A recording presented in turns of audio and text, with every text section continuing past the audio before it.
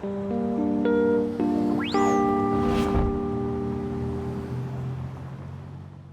call them surprises, staffing surprises, but really they're not very pleasant usually. And you know what I'm talking about is where they're at your door at 5 o'clock and they're knocking. Well, there's usually a reason for it. Sometimes it's because they know it's busy and they think they have you over the barrel so they can ask for more money or whatever else it is. And sometimes, believe it or not, they're just there to chat or to dish the dirt with you or let you know about what somebody is or isn't doing or anything else of that nature. And there is normally a time when this can be okay. People, it's normal. They used to just hang out at the water cooler when we used to be able to get together.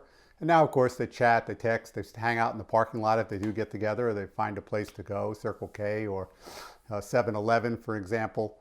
This is usually about, what, who, or something else, and it's really can be corrosive to your culture. None of this is good for your business. And frankly, it's not good for your employees either. So what I usually recommend is that you have a better way to do this. And the good news is there are steps you can take to avoid being blindsided by this employee dissatisfaction. You need to know about it faster. And to keep staffing engaged and ultimately from leaving your company, I learned, unfortunately a little late, that there's a way to get better feedback, to make time to walk around and ask them proactively at least once a week. That's each employee. I made this where it was a stand-up meeting. We weren't sitting down, and I asked them 3 questions. What's going right? What's going wrong? What do I need to know right now? Now, when you do this, it automatically makes the person feel that they're important and their viewpoint is important. And to kick this up a notch, what I really like to do was to make sure that I was paying attention to not just what they were saying to me, but how they were saying to me. Could they meet me on my eyes? Could they look at me? And so that I could know that was it. But I really wanted to make sure that they knew that they were heard. This was a much more productive way. You don't need to repeat every word back to them, which would be a parakeet. What I like to call it is paraphrase and just go, so if I hear you correctly, which is always the key phrase I use. As a matter of fact, I use it in sales all the time, is to let them know that I'm listening. And sometimes you might just jot a note down, or in the course today, put it in your phone, just to prove to them that you are listening to them. Now, let's say you're speaking to with your CSR and they just told you that the techs aren't consistently doing something, or you're speaking to the dispatcher who's doing this. They know they should, per their operations manual, what they should be doing. And now they feel frustrated. You want to respond with something like, so what I hear you saying is that the techs need to be better at doing whatever that something is. Again, based on the org chart, the dispatcher is not the boss of the techs, although they think they are. And the techs are not the boss of the dispatcher, although they think they are. The org chart has the reporting order. So you get the idea. You also might consider jotting down some brief notes like I was mentioning. That really is very important. I always say if you went to a doctor and they're not taking notes, get up and leave. So yes, this is Sales 101, and it's Sales 101 in a good way because it works. We as humans like to know that we've been heard. That's really one of the things we crave the most. And the 2 best ways you can prove to me as an owner or manager that I as an employee is being heard is this paraphrase I was talking about, or taking notes, whatever way you decide to do that.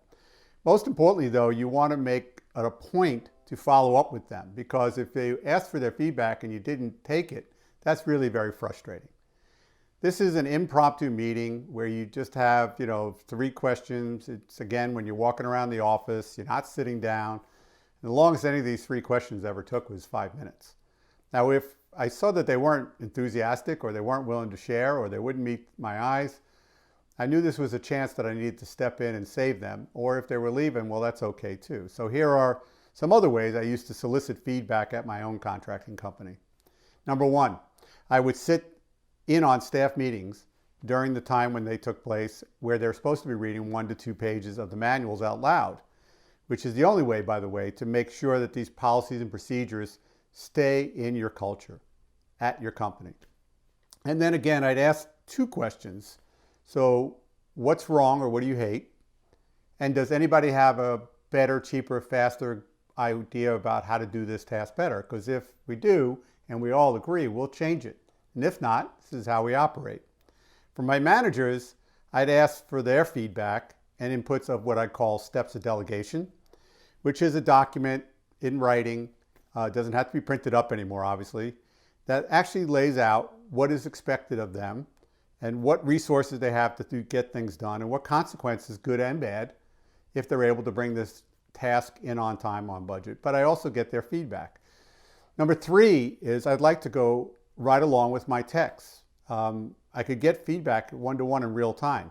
It was really a chance for us to bond and to make sure that they felt heard. It wasn't just about their sales operation technical performance if they're a service tech, or communication operation technical if they're an installer, but actually getting out there on the jobs with them.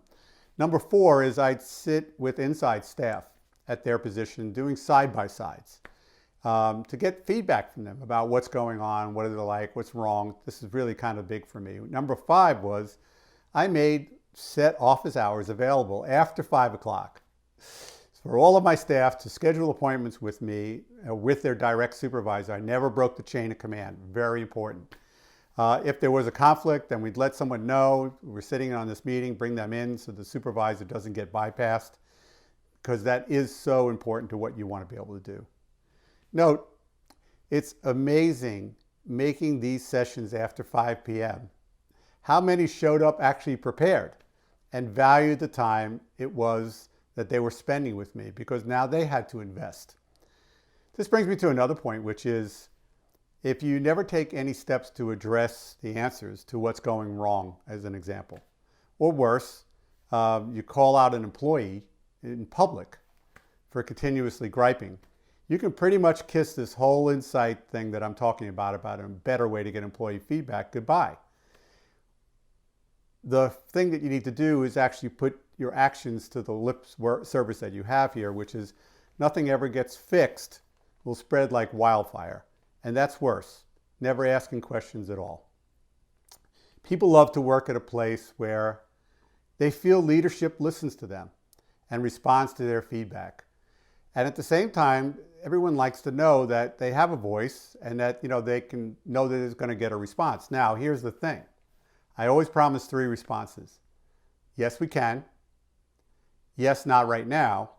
And no, and here's why.